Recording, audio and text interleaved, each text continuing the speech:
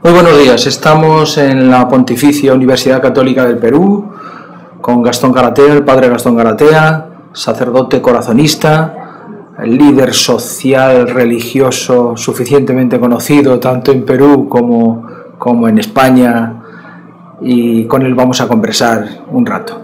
Padre Garatea, ya que estamos en la católica, como la llaman aquí, vamos a empezar por el conflicto de la católica. ¿Cómo está el conflicto en estos momentos? En este momento el conflicto está detenido, ¿verdad? Desde la salida del anterior secretario de Estado, la cosa se ha quedado así en statu quo, ¿no? Lo que pretendía la parte del arzobispado de quitarnos los títulos de pontificia, de católica, eso queda dominado, ¿no? Queda la discusión de los bienes, eso es un problema jurídico que tampoco se mueve mucho, ¿no? ¿El jurídico es a nivel civil? Es a nivel civil, sí. De aquí, Sí. O sea que el canónico, digamos que está en stand-by. Claro. Y el civil también, está como que no se mueve nada, ¿no? Estamos esperando pues que la Congregación para la Educación diga algo, ¿no? Pero no lo dice nada. Han cambiado ahora al prefecto de esa congregación, que era un personaje con el cual teníamos muy buenas relaciones, pero él dependía de la Secretaría de Estado, ¿no? No sé qué pasará. Ahora ha cambiado el secretario de Estado, ha cambiado el nuevo prefecto de la Congregación de la Educación. Veremos qué pasa, ¿no? Y nosotros somos optimistas, ¿no? En el sentido de que lo que se ha hecho acá no es algo indebido y se nos ha acusado de cosas que no son ciertas, ¿no? Se ha acusado que esta es una universidad que está contra el Vaticano, y no es cierto, y mucho menos contra el Papa, ¿no? Eso no es cierto. Se nos ha dicho que no aceptamos las reglas que nos manda la Santa Sede. Y yo creo que ahí hay un conflicto de intereses. Nosotros hemos preferido trabajar con la legislación peruana, ¿no? Sin rechazar lo de Roma, por una confesión de hecho de fe católica, ¿no? Pero nos han quitado las clases de teología, que era una de las cosas pastorales más buenas que tenía esta universidad, porque hasta aún los muchachos que son ateos iban a las clases de teología, ¿no? Les interesaba esta mirada de esta sección de la Iglesia que mira el mundo de una determinada manera, ¿no? Entonces, en ese sentido, pues nos han hecho un daño, yo creo que un daño bastante fuerte, ¿no? Incluso a nivel de imagen internacional, ¿no? Porque el conflicto ha repasado fronteras. Sí, pues eso es verdad. Pero yo soy optimista, ¿no? Yo creo que hay que bajar un poco los apasionamientos, ¿no? Y creo que conversando, hablando y planteando cosas nuevas, sí podemos llegar a un entendimiento. ¿Cree que el Papa está al tanto del asunto ya desde antes, desde cuando era arzobispo de Buenos Aires? Sí. No, sí, que este escándalo es un escándalo desde hace muchos años, ¿no? Y el Papa pues estaba muy enterado. El Papa sabe de los conflictos al interior de la Iglesia peruana, sobre todo en la conferencia de Aparecida, ¿no? Él fue un hombre, un líder en la conferencia de Aparecida, y él vio por los problemas que teníamos acá, y lo sufre también, ¿no? En el fondo es un problema de control. Es un problema de control. Por parte de la jerarquía eclesiástica, en concreto del cardenal Cipriani, que quiere controlar la Universidad Católica. Eso es. No solo la Universidad Católica, la Iglesia Católica, ¿no? Claro.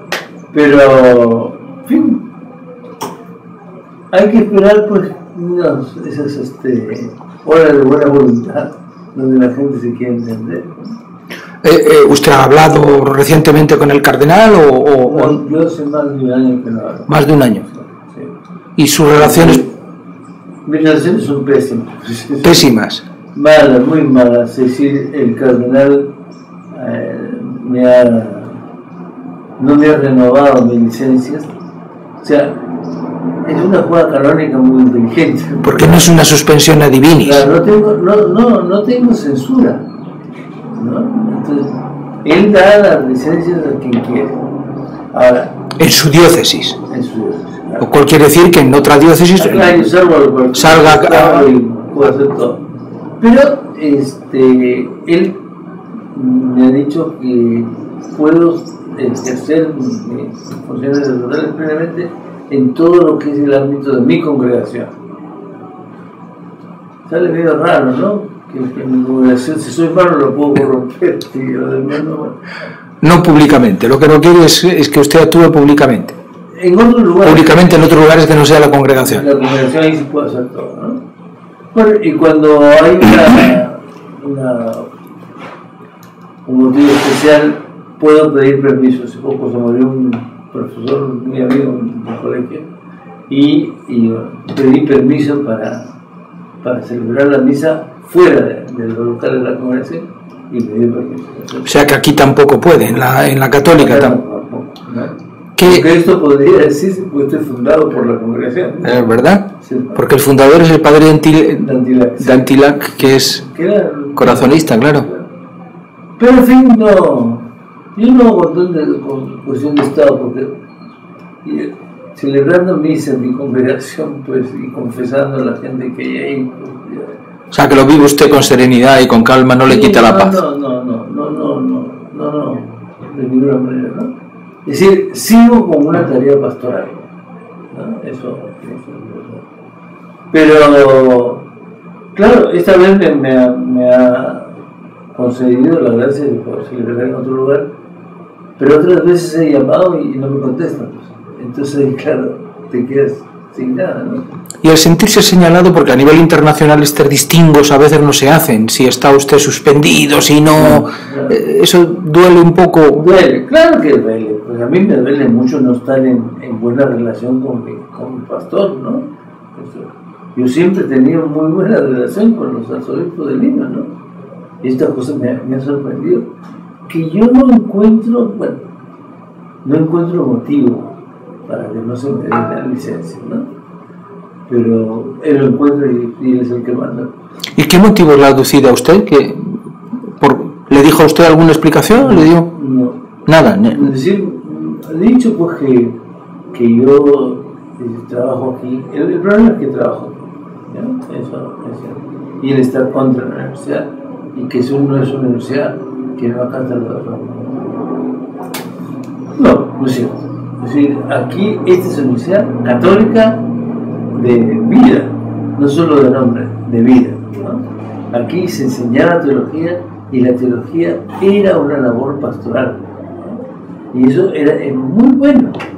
Es decir, yo le puedo decir que como grupo aquí estaban los mejores teólogos del Perú, ¿no? Y entonces, claro, nos han mirado mal, pues. Yo no enseñaba teología, porque yo sabía que me iban a negar el permiso, pues. Yo trabajo acá en la asesoría, digamos, social, ¿no? Responsabilidad social, algo así. Responsabilidad social, claro. Es usted también muy conocido por su participación en una comisión de la verdad y en la última comisión de lucha contra la pobreza, ¿no? Sí. Bueno, la comisión de verdad fue una experiencia terrible, realmente terrible, ¿no? Yo nunca imaginé que me iba a golpear tanto, ¿no? Es decir, estar todo el tiempo tratando muertes, ¿no? Tratando de pisoteo, ¿no? Pisoteo de sendero en el mundo de los campesinos y pisoteo de las Fuerzas Armadas frente a los mismos campesinos. Y vieron a los campesinos totalmente desamparados, ¿no? Entre la espada y la pared, ¿no? Eso fue muy duro. Fue también una reflexión sobre el Perú, ¿no? Esto fue interesante, ¿no? Esto no apareció de la noche a la mañana, fue una cosa que se fue incubando. Y que Sendero fue el detonante. Un detonante espantoso, ¿no? Porque era esta ideología comunista, marxista, maoísta, pensamiento Gonzalo de dominio de una persona sobre todo el país. Esto es realmente muy chocante. ¿Esa etapa está superada? Incluso me han contado, ¿no? Pero hay un museo de la memoria hay un museo de las dos partes. Sí, pero no es asociado. No. El sendero tiene un movimiento ahora que se llama el Movadic, ¿ya? Pero... ¿Clandestino? No. Claro, el movimiento no tiene aprobación legal, digamos, ¿no? Pero existe. Y uno siente que muchos jóvenes que no recuerdan ya, eran muy niños o no habían nacido cuando fue la época del terrorismo, y hace 20 años, ¿no? Y uno ve que esta gente es capaz de volver a hacer las mismas locuras. O sea, hay una cuestión social sin resolver. Hay una cuestión social, es verdad que ha disminuido la pobreza, pero todavía hay pobreza en este país, ¿no?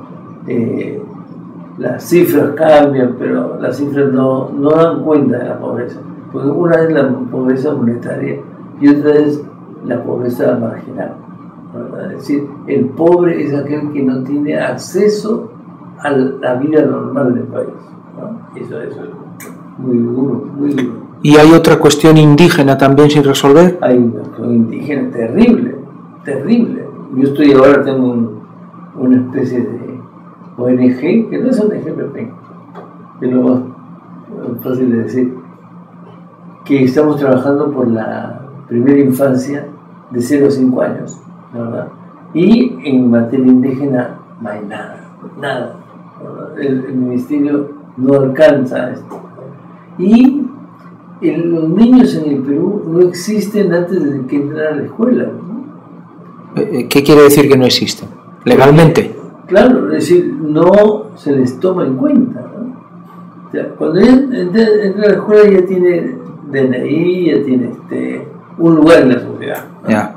Pero antes, y en nuestro mundo del campo es muy terrible, los niños son como las cosas que tiene la familia, ¿no? Entonces ahí hay un problema de gordo, ¿no?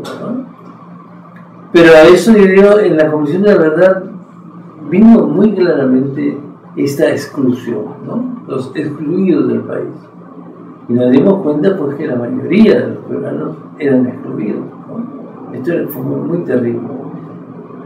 Tan excluidos que Sendero Luminoso, al Sendero llamó la atención cuando llegó a los sitios de Lima, cuando llegó a Cali, ¿no? Cuando moría la gente en provincias, en el campo, ¿no? Morían pues, pero no era tan importante, ¿no? Cuando llegó a Lima, y entonces ahí la gente comenzó a temblar. Esto fue el año 92, que fue un año de explosión terrible de Sendero, ¿no? Y eso conectado con la segunda comisión en la que está ahora mismo, ¿no? La de la pobreza. No, eso fue una cosa muy curiosa, porque yo comencé la lucha contra la pobreza antes que la Comisión de la Verdad, ¿no? Fue en el cambio del presidente Fujimori al presidente Pañao. Ahí me llamaron, yo estaba trabajando en Puno, en una parroquia de un pueblo chico, pues un pueblo de 25.000 personas, con un campo inmenso, ¿no? Pero yo trabajaba ahí, y ahí me llamaron por teléfono y me dijeron porque si podía formar parte de eso. Yo pregunté si al señor que me llamaba lo habían hecho obispo o alguna cosa, ¿no? Entonces ahí después me fueron explicando la cosa y había que inventar todo eso, ¿no? Entonces eso fue en diciembre del 2000, y yo me vine el 1 de enero del 2001 y nos encerramos 2 meses a crear toda esta figura, ¿no? Que era muy favorable en el comienzo del presidente Pañao. Había habido una mesa de concertación política, ¿ya? Donde se eligió al presidente Pañao, ¿no? Una vez que funcionó eso, por instancia del Monseñor Bambarín, ¿no? Él dijo: hagamos una mesa donde el personaje principal sea el pobre, ¿no? Y entonces ya me trajeron a esa cosa, nos reunimos con un grupo de gente, especialistas y cosas muy interesantes, hasta que el 1 de marzo yo no aguanté más y salí a ver pues cómo armaba esta cosa en el Perú. Entonces me fui comenzando por los departamentos más pobres. Para intentar llevar a la práctica lo que había. A la práctica esta unión, esta concentración entre todas las fuerzas vivas del lugar. ¿Y cuajó en algún sitio? Ah, mucho. Sí. Sí, yo no entendía por qué cuajaba. Sino que fue una cosa extraordinaria, ¿no? Una cosa como milagrosa realmente, ¿no? En un mes de trabajo yo tenía 30 meses. Y después, bueno, pasó el tiempo, llegamos a tener 1200 meses. Uniéndonos a la gente y diciendo, pues el personaje principal es el pobre y todas las autoridades se unen para hacer que el pobre deje de ser pobre y se integre a la sociedad. Muy bien, muy bien. ¿Incluso resultados macro? Sí. Teníamos una mesa nacional, teníamos una mesa departamental, una mesa provincial y una mesa distrital. El hecho de que le llamen a usted para esas distintas comisiones significa que la Iglesia está prestigiada en Perú. Sí. Bueno, está prestigiada, pero también funciona mucho el conocimiento de las personas, ¿verdad? En el régimen del presidente Paniagua estaba gente amiga mía, pues estaba el señor Muchastegui, que había sido padre de familia del colegio La Recoleta, donde yo había sido director. Entonces teníamos mucha amistad con él y su familia. Estaba este señor Javier Abugataz, ¿no? También amigo. Está Diego García Sayán, amigo. Estaba Susana Villarán, que ha sido tampoco alcaldesa, y la ministra de la Mujer, con la cual yo había trabajado en programas radiales de anuncio del Evangelio, ¿no? O sea, éramos...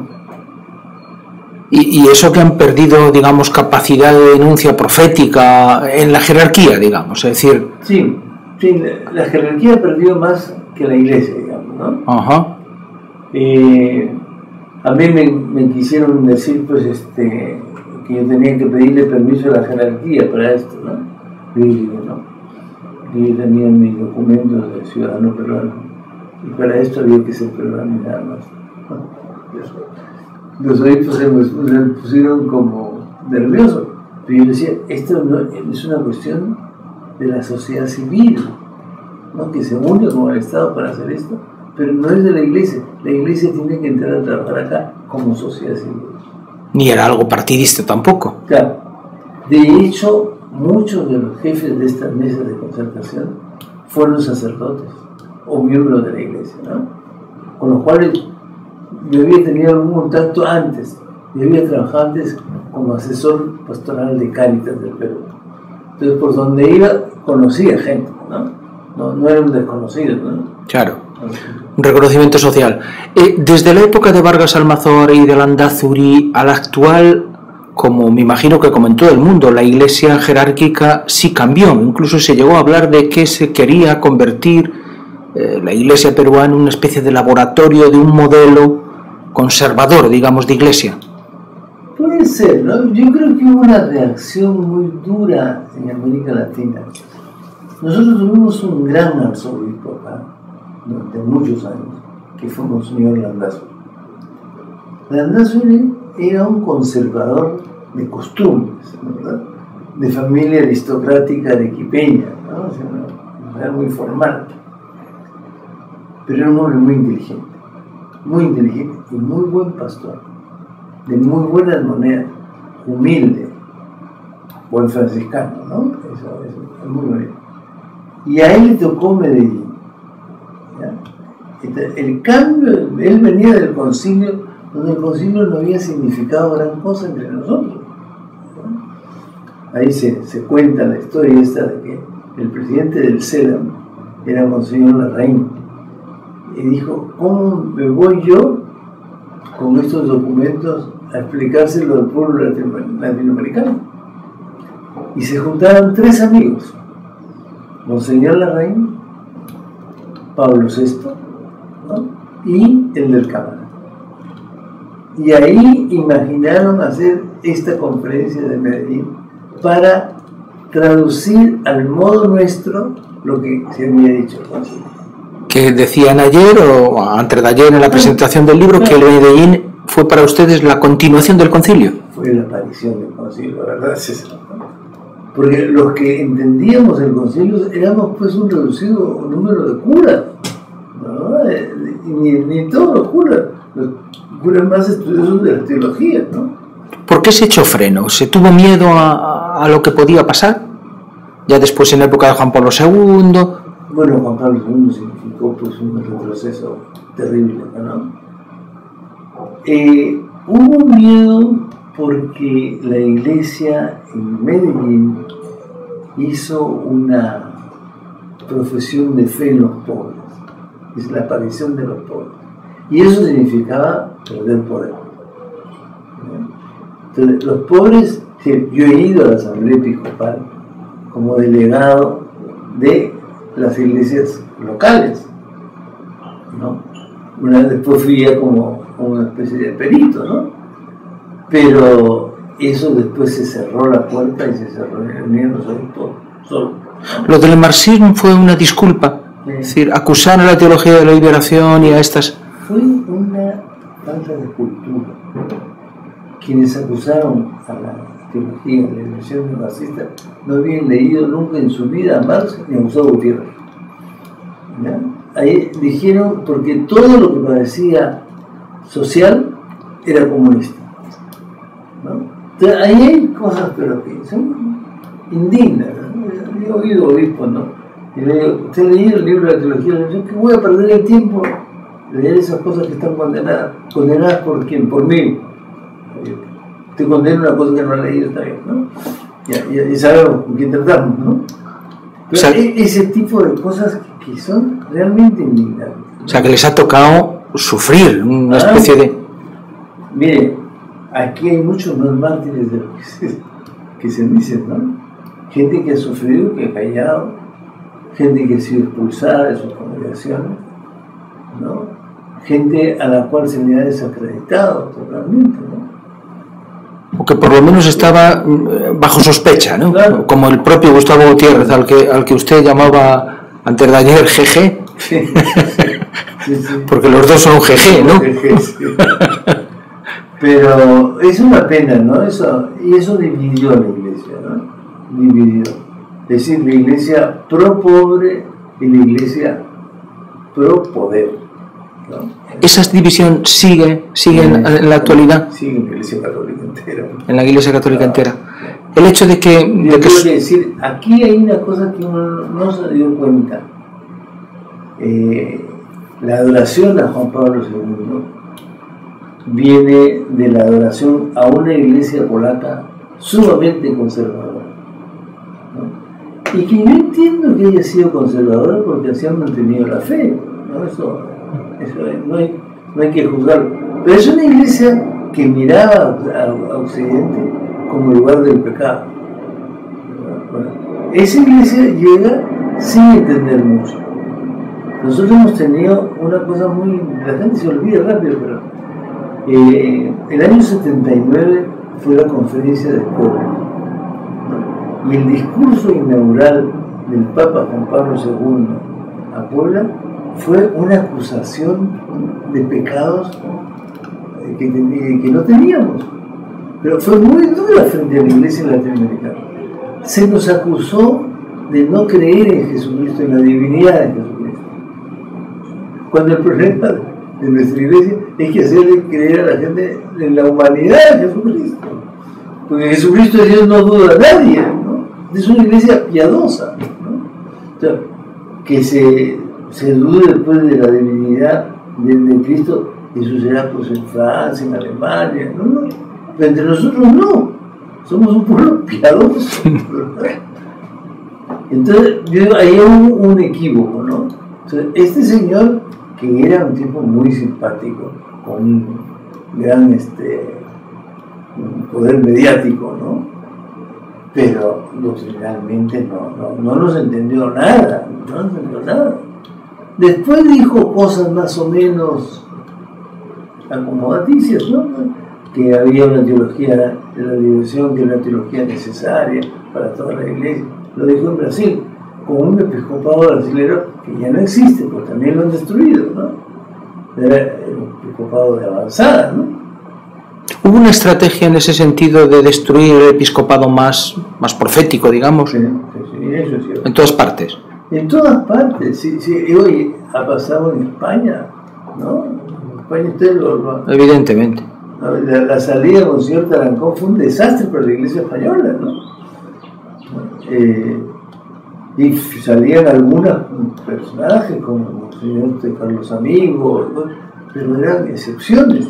Lo normal era una iglesia mandona, ¿no? Mandona, claro, le llaman, claro, del poder. Claro, del poder.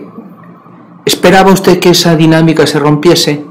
Es decir, o antes de la elección de Francisco ni soñábamos con algo así. Sí, yo sí soñaba. ¿Sí?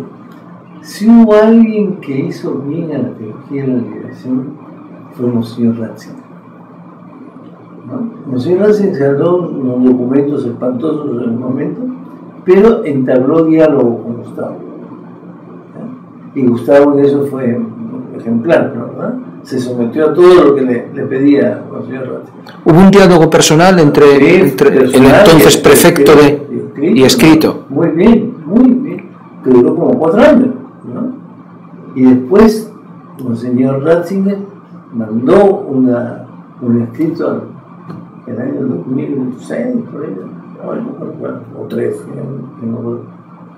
al presidente de la conferencia episcopal, diciéndole que los escritos de Gustavo Gutiérrez estaban exentos de toda herejía, de toda falta, y eran plenamente eclesiales. Eso fue muy bueno, ¿no? Monseñor Ratzinger fue realmente un hombre de una honestidad muy grande, muy grande. Después vamos averiguando, hay otras cosas que son muy buenas en Monseñor Ratzinger, que no lo pudo hacer porque Juan Pablo no se lo permitió. Todo el asunto de los pederastas. Él tenía una visión que había que cortar de base. Bueno. Y después lo hizo, de hecho, cuando fue Papa. Claro, cuando fue Papa, ¿no? Y las encíclicas del Papa son muy buenas. Lo que pasa es que no tiene ningún poder mediático. Un hombre tímido, ¿no? Que pasaba encerrado en su Papa móvil. Yo lo he visto en Roma. Me dio mucha pena. Yo lo conocí acá cuando vino una vez aquí a Lima, ¿no?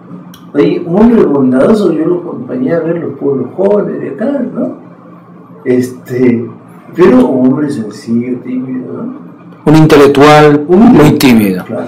¿Y por qué esperaba que cambiase? A mí eso me abrió. ¿Sí?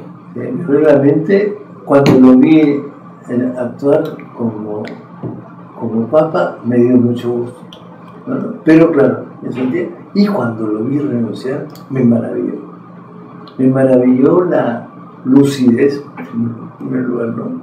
El decir, yo no puedo con esto, ¿no?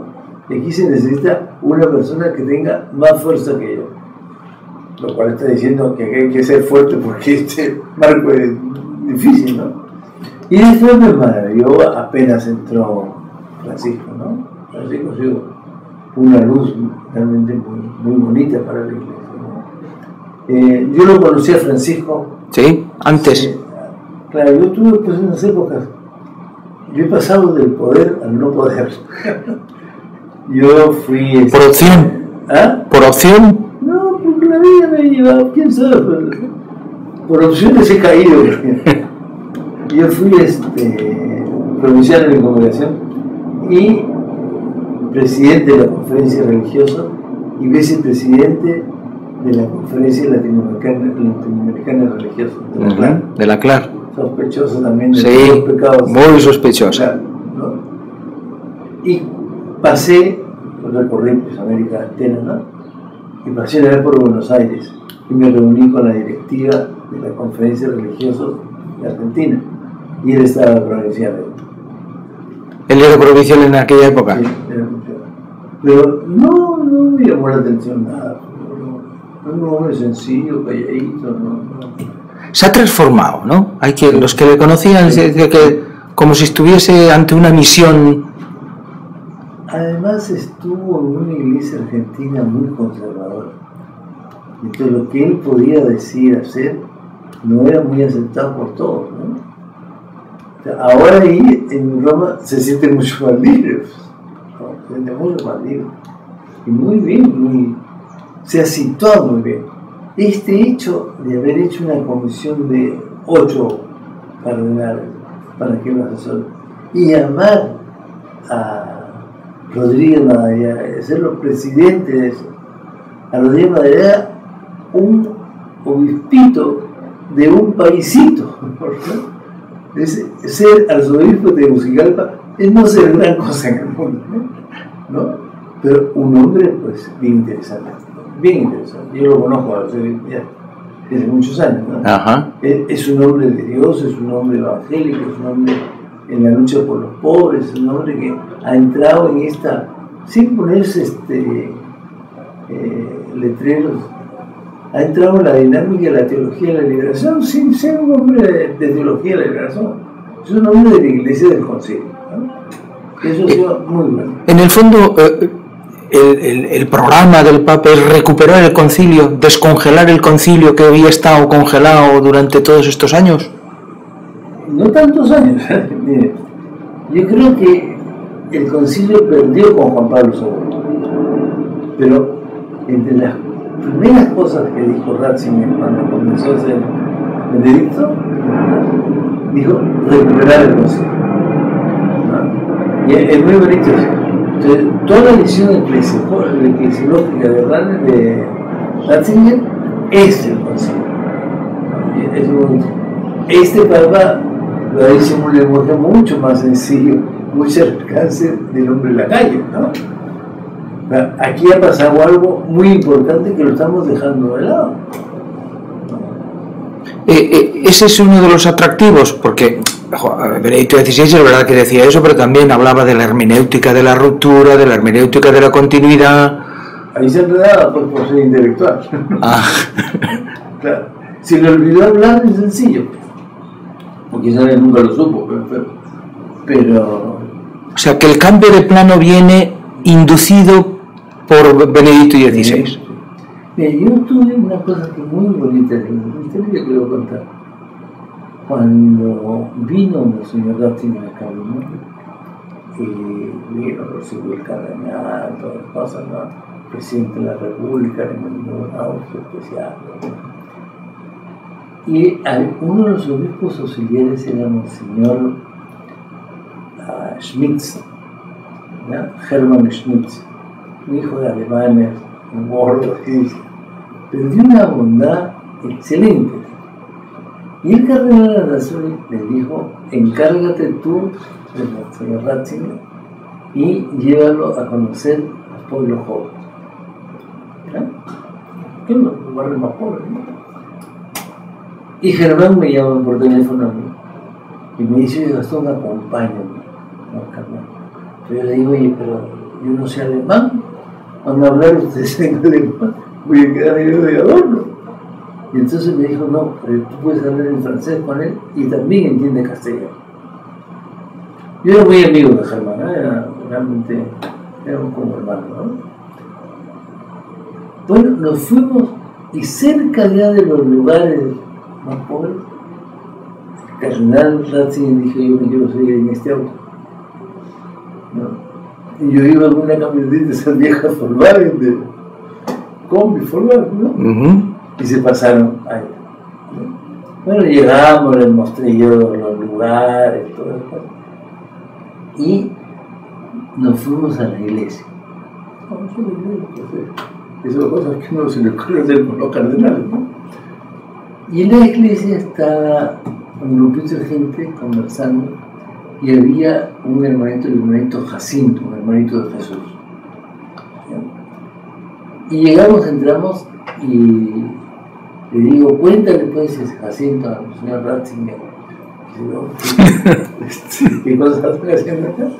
Y le dijo: mire, monseñor, Nosotros estamos acá en reunión de comunidad, ¿no? Es una comunidad de base, yo pertenezco a esa comunidad y estamos conversando, preparándonos, reflexionando sobre la semana pasada y preparando la que viene, ¿no? Y esto es muy bonito, le dije. O sea, aquí nosotros le damos la mano a Jesús todos los días. Si usted quiere vivir con Jesús, véngase acá. Y entonces Ratzinger le dijo, qué maravilla, ¿no? Qué bueno que se hace, ¿no? Y le dijo, pues, yo me tengo que ir, pero voy a venir a darle la mano a Jesús aquí. Eso le dijo, le prometió eso. Después no podría venir. No podría venir, ¿no? Pero digamos, uno se da cuenta de la sensibilidad, ¿no? Ajá. Ahora estaba muy impresionado por la pobreza. Era una época bien mala, ¿no? Pero por eso yo digo, a mí lo de Ratzinger frente a los pobres no me llama la atención por esta experiencia, ¿no? Claro, es que esa experiencia el común de los mortales no la conocíamos, que había tenido esa experiencia así directa. Y esto no sale pues, en el periódico, ¿no? ¿Es optimista respecto a que cuaje esta revolución tranquila de Francisco en la Iglesia? Yo creo que sí. Lo que tengo miedo es que Francisco dure poco, ¿no? A mí me ha hecho la misma impresión que cuando yo era jovencito, cuando se había elegido Juan 23, ¿no? Con 77 años. Este señor tiene ya 78. Juan 23 tuvo 6 años. Claro, hizo el concilio. Eso fue bastante, ¿no? En un momento muy interesante, ¿no? En la Iglesia conservadora, pero son los años del despertar intelectual de la Iglesia, ¿no? Desde el año 50 con Pío XII, la Iglesia tiene un despertar intelectual muy serio. Es decir, es la renovación del estudio bíblico. La Divina Ofrenda de Espíritu del año 43, de la renovación del espíritu. Eso da fruto en el año 60. ¿Verdad? O sea, hubo mucho trabajo, hubo una renovación litúrgica que nos parecía una porquería, pero era renovación litúrgica. Se hizo una nueva Semana Santa, una cosa bien interesante. Entonces, Juan 23 se encuentra con una iglesia intelectualmente interesante, ¿no? Las encíclicas de Pío XII eran interesantes, no eran pues a la paz, ¿no? pero eran cosas cultas, ¿no? Juan 23 encuentra una iglesia bien formada, ¿no? Hace concilio, y el concilio es el crecimiento de unos viejitos que aparecen, ¿no? Yo cuando pienso que el cardenal Bea tenía 80 años y es el hombre que habla en la iglesia frente al mundo moderno, ¿no? El cardenal Frings había que ayudarlo porque no veía, ¿no? El mismo, ¿cómo se llama? El jefe de los conservadores, el cardenal Ottaviani, ¿verdad? Ottaviani, que tenía al pastor Roger Chus de TC, que le ayudaba a la misa todas las mañanas. Ah, sí. Claro. Y estos gestos de viejos interesantes, bien formados, ¿no? La iglesia francesa es una iglesia muy interesante, ¿no? ¿No? La época de los grandes teólogos, de la Nouvelle Théologie. Claro, ¿no? El padre Léger, Ratzinger, que era un jovencito que aparecía, ¿no? Bueno, ahora tengo miedo, ¿verdad? Si a este se le ocurre hacer otro concilio, no sé si tendría el mismo número, ¿no? De teólogos así importantes. Brillantes. Hay brillantes, hay teólogos brillantes, en la iglesia los hay, ¿no? Pero no sé si el número fuera tan interesante, porque los obispos que nombró Juan Pablo II han sido, que son la mayoría, ¿no? Es gente muy conservadora, muy segura. Yo eso lo conversé en todas mis épocas de la clave, lo conocí como el señor Romero. ¿Ah, sí? Sí. Yo tuve la dicha de conocer a Monseñor Romero, ¿no? Y le pregunté, ¿cómo estaba en plena guerra, ¿no? ¿Y cómo lo nombraba usted? ¿No? Entonces, porque era seguro, pero me dijo, era un conservador seguro, no ofrecía ningún riesgo. O sea, que es verdad que hubo una conversión en él, de alguna manera. La conversión fue la muerte del padre Rutilio Grande, ¿no? Rutilio Grande, jesuita, y la asesoría de los jesuitas, ¿no? De estos maravillosos españoles que estuvieron ahí, ¿no? Ella Curía, ¿verdad? John Sobrino, Juan Antonio Moreno, ¿no? Gente muy buena y muy de la calle, ¿no? Entonces le hicieron ver a él otro mundo y fue muy lógico. Ese es un regalo de Francisco, ¿no? Y además, antes de ayer anunció el proceso de Helder Cámara. Qué notable, eso también me hace mucho gusto. Yo también conocí a Helder Cámara. También. Yo estuve alojado con él en el Recife, ¿no? Una maravilla. ¿Y era tan bueno como se dice? Sí, oye, yo he caminado con él en Olinda y le preguntaba, ¿y cómo está? ¿Encontró trabajo tu hijo? ¿Cómo es la salud de tu abuelo? Amigo de la gente, ¿no? Y era teológicamente conservador, no era un teólogo, Helder Cámara no era un teólogo, ¿no? Pero decía cosas impresionantes. Me acuerdo una procesión donde le predicaba a la gente, le decía, miren, nosotros los brasileños somos un pueblo justo, tenemos deudas y tenemos que pagar las deudas, pero yo no voy a pagar la deuda con la vida de mi hermano, eso no puede ser. Entonces los señores que tienen plata, a los cuales le debemos, ellos como tienen plata, que no se pero muy pastoral, ¿no? Esa es la otra cosa interesante, que para ser buen pastor no se necesita ser teólogo, ¿no? Se necesita tener corazón. ¿Casaldáliga también le conoció? No, a veces no lo conozco, pero lo he leído mucho, ¿verdad? ¿No? Un gran poeta, un gran hombre, ¿no? Y valiente. A todos los teólogos de la liberación, sí, me imagino, todos los que han pasado por aquí. Sí. ¿Una relación especial con Gustavo Gutiérrez? Con Gustavo somos muy amigos. Sí. Desde siempre, ¿no? Y una época fui muy amigo de Goff, ¿no? Pero después ya pues él dejó el sacerdocio y esas cosas. Pero hasta el 90 por ahí, éramos cercanos. ¿Habría que, le pediría al Papa que rehabilitase de alguna forma públicamente a toda esta gente, Boff, Gutiérrez, Sobrino? De hecho lo está haciendo, ¿no? Lo que ha hecho con Gustavo ha sido maravilloso, ¿no? Eso de convidarlo, dejarlo escribir en el Observatorio Romano, ¿no? Llevarlo, saludarlo, hacerle cariño delante de todo el mundo, ¿no? Eso ya es bastante. Dicen que va a llamar a Boff, ¿no? Creo que sería bien interesante también, ¿no? Esta cosa. La relación con, ¿cómo se llama? Hans Küng. Hans Küng, no ha sido fácil, ¿no? Hans Küng ya está viejo también, ¿no? Y él rehizo una buena relación con Ratzinger, ¿no? Lo recibió. Muy bien, lo recibió y el otro se portó bien. No pelearon, ¿no? Que tenían un pasado difícil, ¿no? Pero yo sí creo que este Papa, poco a poco, va a ir distinguiendo personas, ¿no? Hasta que le dé por nombrar a uno de estos cardenales. Cardenal, eso sería ya la consagración de... Pero debemos, de hecho, de tener a Rodríguez Madera de cardenal, me parece excelente. Su presencia inyecta esperanza incluso en el mundo social, no fuera de la iglesia. Es decir, ahí... Fuera de la iglesia la gente habla bien de él. Es que es un papa que habla para todo el mundo, ¿no? Y le entiende. Esa es la cosa. A nosotros había que ser exégesis para entenderlo, ¿no? Claro.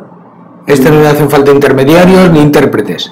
Yo me acuerdo cuando yo era estudiante de teología, pues, estudiante de latín, nos ponían las encíclicas del Pío XII. Qué difícil, qué la tema complicada, ¿verdad? Y después el profesor nos tomaba examen de la teología, eso. Bueno, era un curso dificilísimo, ¿no? O una cosa que es un texto muy bonito, la Rerum Novarum. La Rerum Novarum fue escrita por León XIII, ¿no? León XIII, que era un gran latinista, ¿no? Pero es un latín, sí. Disculpe, padre. Que era un lenguaje complicado. ¿Las resistencias que puede encontrar son más bien de tipo doctrinal o de tipo personal? Es decir, las resistencias... Pastoral. ¿Qué es un cambio de actitud pastoral? Mira, aquí yo tengo un caso bien interesante, que es el caso de Monseñor Gerard Miller, ¿no? El prefecto de doctrina de la fe. Para la doctrina de la fe, sí. Al que conoce personalmente usted también. Claro. Este es un hombre muy interesante, es un profesor de teología, es un profesor de teología alemán, ¿verdad? Con las cosas muy claras. Él entraba a la teología de la liberación con mucho gusto, por amor al pobre, le parece un dato muy interesante. Pero es un conservador, ¿no? Y entonces, este papa lo está trabajando muy bien. Le dijo en el sínodo de los obispos: no le tengan miedo a Monseñor Miller, hablen más, no les va a pasar nada a los obispos. Pero eso nos muestra cuál es el clima real de la iglesia. Ahora, Monseñor Miller es un hombre, pues, obediente, no le va a dar ninguna trastada al Papa, ¿no? Pero esto nos muestra que la iglesia, el camino no es fácil, ¿no? Ha habido una cosa que yo la entiendo, ¿no? Porque yo también he tenido poder algunas veces, ¿no? Que es que uno busca solucionar los puntos que no tiene claros, ¿no? Y entonces, cuando los puntos no los tiene claros, lo que me ayuda es la ley, ¿verdad? Y ahí le impongo el derecho canónico al que se me pone enfrente. El Papa, pues en eso es un hombre maduro, ¿no? Dice: veamos juntos, conversemos juntos, caminemos juntos. Todo el asunto de la comunión a los divorciados es una cosa, pues, que no es fácil, ¿verdad? Pero el hombre está discutiendo, está pensando con otros. A veces se le acusa de ser poco tajante y de ir demasiado lento. Bueno, sí, pues uno quisiera solucionar las otras 2 días. Aquí en esta iglesia hay que hacer muchas reformas, ¿no? Muchas reformas. Hemos pasado de un episcopado brillante, tuvimos en los años 70, un episcopado muy bueno, ¿no? Ahora nos hemos quedado un episcopado bastante conservador. Y los curas jóvenes muy formateados en ese modelo, ¿no? Terrible. Yo lo veo en mi congregación, ¿no? La generación mía, o sea, los setentones, ¿no? Son más abiertos. Más abiertos que los jovencitos. ¿Verdad? ¿No? El mundo al revés. Y a uno le da miedo, pero fuimos más formados que los jóvenes, ¿verdad? Yo tuve un periodo de formación de 9 años, ¿no? Entonces, hacíamos pues experiencias pastorales. Yo me fui a trabajar de obrero a Tierra del Fuego, ¿no? Ahí trabajé en una estancia de ovejas, ¿no? Eso los jóvenes estos no se atreven, ¿no? Son más blanditos, que decimos en España. ¿Sí? ¿Sí? Cuando yo fui formado, sí mandé a los jóvenes a trabajar, ¿no? Les hizo mucho bien.